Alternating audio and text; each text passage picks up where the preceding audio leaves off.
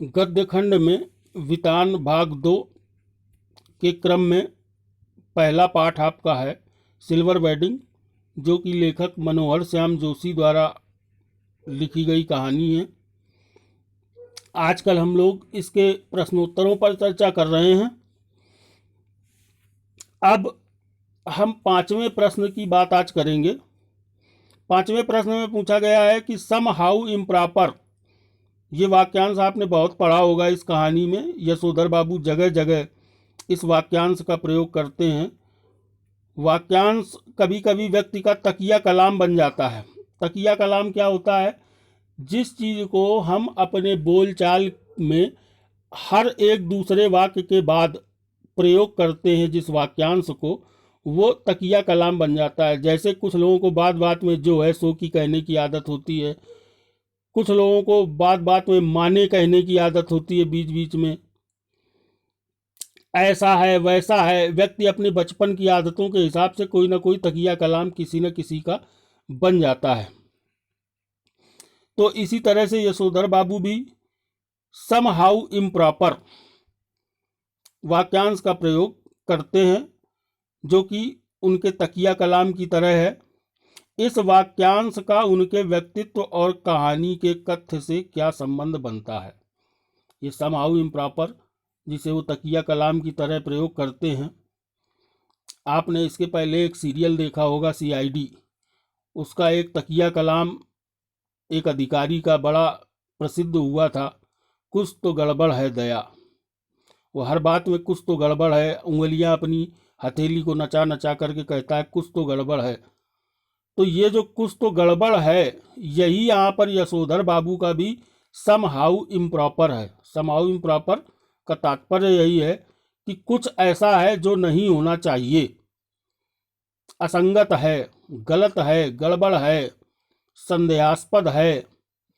इसलिए यशोधर बाबू को जो चीज़ समझ में नहीं आती है, उसके लिए वो बात बात में सम हाउ इम्प्रॉपर का प्रयोग करते हैं।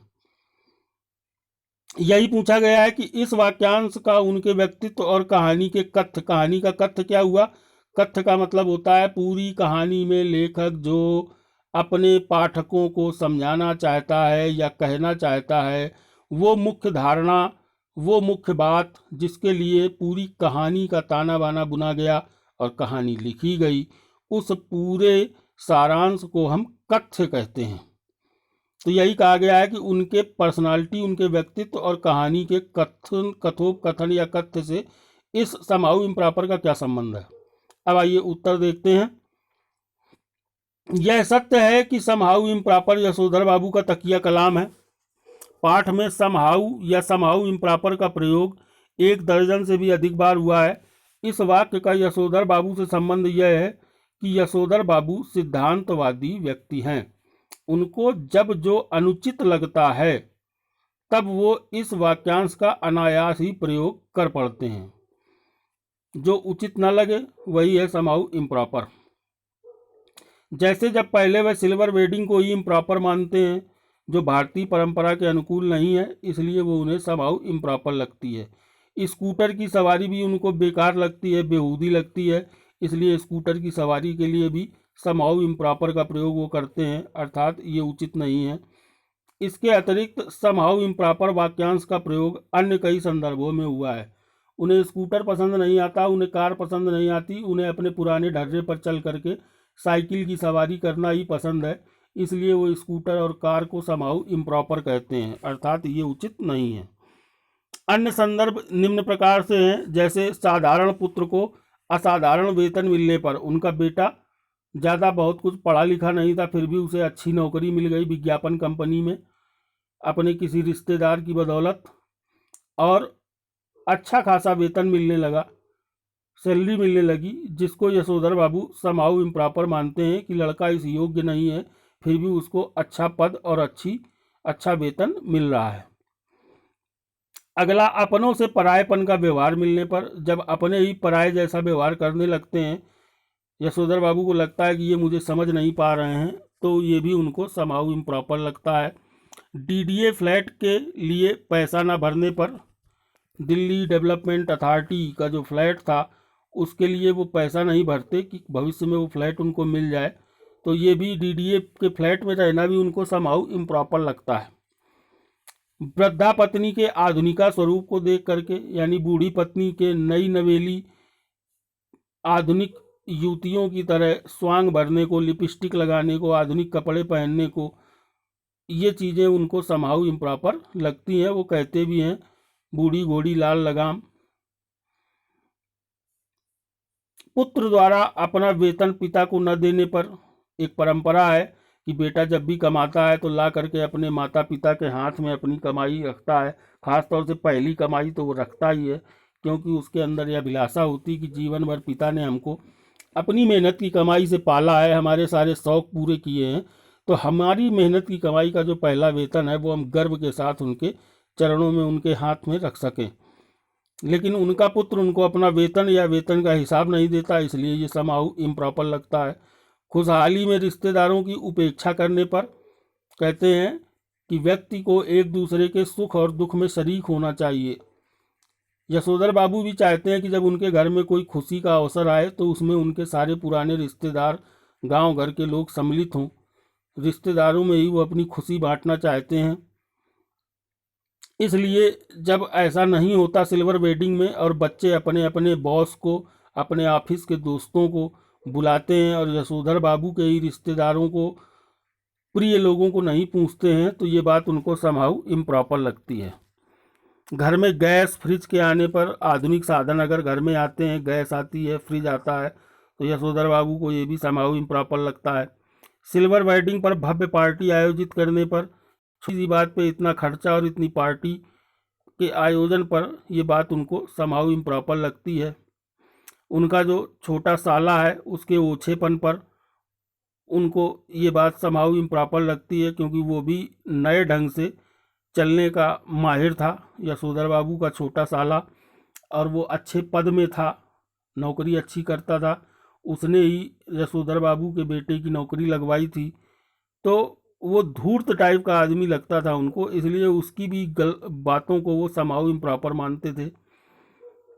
केक काटने की विदेशी परंपरा पर, सिल्वर वेडिंग में जब केक काटा जाता है तो उन्हें बुरा लगता है। बर्थगांठ, बर्थडे में जब केक काटा जाता है तो उन्हें बुरा लगता है, क्योंकि भारतीय परंपरा में एक गिलास दूध पिला करके बच्चे का तिलक करके माला पहनाने और भगवान की पूजा करने की परंपरा है।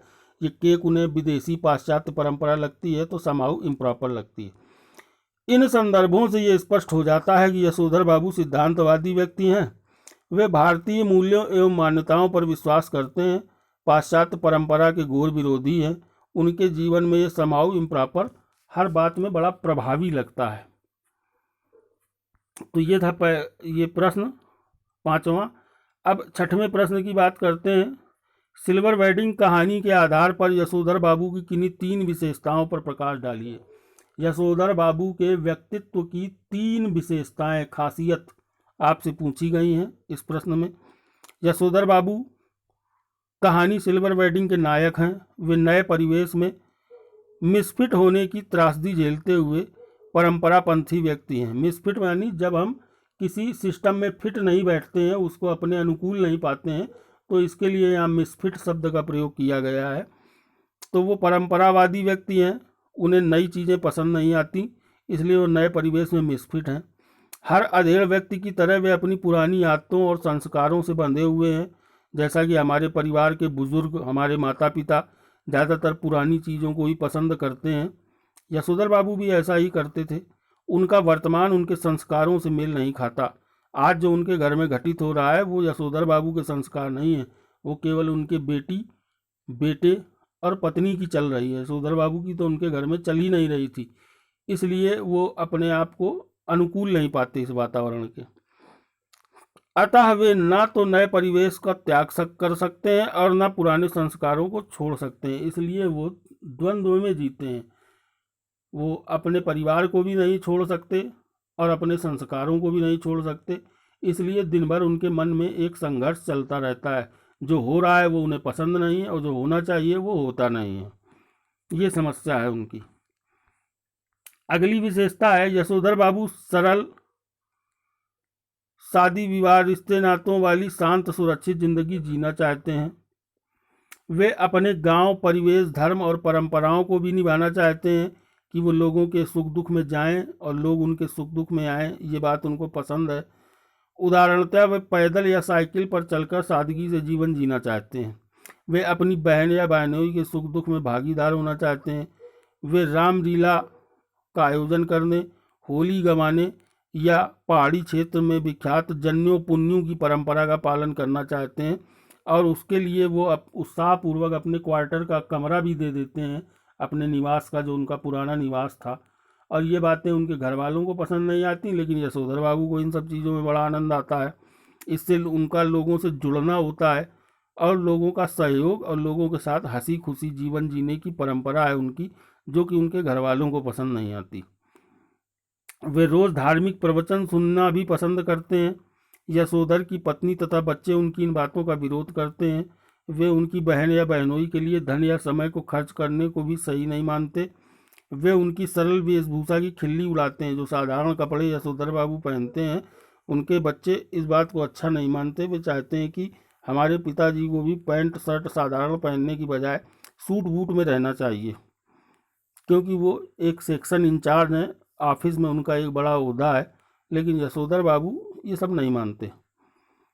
उन्हें यशोधर बाबू का धार्मिक प्रवचन सुनना या पूजा पाठ करना भी अच्छा नहीं लगता। इस प्रकार यशोधर बाबू अपनों के द्वारा ही नकार दिए जाते हैं, अर्थात उनकी आदतें उनके अपने ही परिवार वालों को, बच्चों को पसंद नहीं आती। यशोधर बाबू आधुनिकता के नाम पर मनमानी करने, कम कपड़े पहनने, नए नए उपकरणों को अपनाने के पक्षधर नहीं हैं। उन्हें अपनी शादी की रजत जयंती, सिल्वर वेडिंग मनाना बेकार लगता है। इस प्रकार उन्हें अपनी पत्नी या बेटी का आधुनिक कपड़े पहनना आपत्तिजनक लगता है। उन्हें अपने दफ्तर में भी सिल्वर वेडिंग मनाना अच्छा नहीं लगता। इसलिए वे न तो इसका अड़ियल होकर के विरोध ही कर पाते हैं और न इन चीज़ों का खुल करके समर्थन ही कर पाते हैं। वे सहन करते जाने का मध्यमार्गी रास्ता अपनाते हैं कि जो अपनी ज़िंदगी जैसे जी रहा है उसको जीने दो, हम अपनी आवरण में ही खुश हैं, अपनी मानसिकता में ही खुश हैं। यशोधर बाबू चारों ओर के विरोध के बाद भी एक पिता का कर्तव्य निभाते हैं। हालांकि उनके बच्चे उनकी बात नहीं मानते, लेकिन वे एक पिता का फर्ज अपने बच्चों के साथ जरूर पूरा करते हैं। वे अपने बच्चों को बहुत अच्छी शिक्षा दिलाते हैं, उन्हें मानवीय रिश्तों और समाज संस्कृति से जोड़ने का भरसक प्रयास करते हैं। परंतु समाज की हवा के सामने उनकी बातें टिक नहीं पाती। बच्चे आधुनिकता के कारण, जैसा कि आजकल की पीढ़ी को भी माना जा सकता है, पुरानों की बातें सुनती ही नहीं है। इसी प्रकार यशोधर बाबू भी पुराने होने के कारण परेशान रहते हैं। वो किशनदा को अपना आदर्श मानते हैं, लेकिन उन्हें भय भी लगता है कि कहीं किशनदा की तरह वो भी आज की पीढ़ी के द्वारा नकार न दिए जाएं। इस उपेक्षा से बचने के लिए वे कभी कभी बच्चों की मनमानी को चुपचाप सहन करते भी दिखते हैं, क्योंकि किशनदा भी नए ज़माने के हिसाब से नहीं चल पाए, तो उनकी मृत्यु जो हुआ होगा से हो गई। अर्थात उनकी मौत का कोई कारण भी नहीं जान पाया कि किशन बाबू कब इस दुनिया से चले गए। इस प्रकार यशोधर पंत इस दुनिया से गुमनामी के द्वारा नहीं जाना चाहते और वो नई बातों को अपना भी नहीं सकते। इसलिए बेचारे अपने मन के बीच के अंतर्द्वंद में ही वो जीवन यापन करते दिखाई देते हैं और परेशान रहते हैं।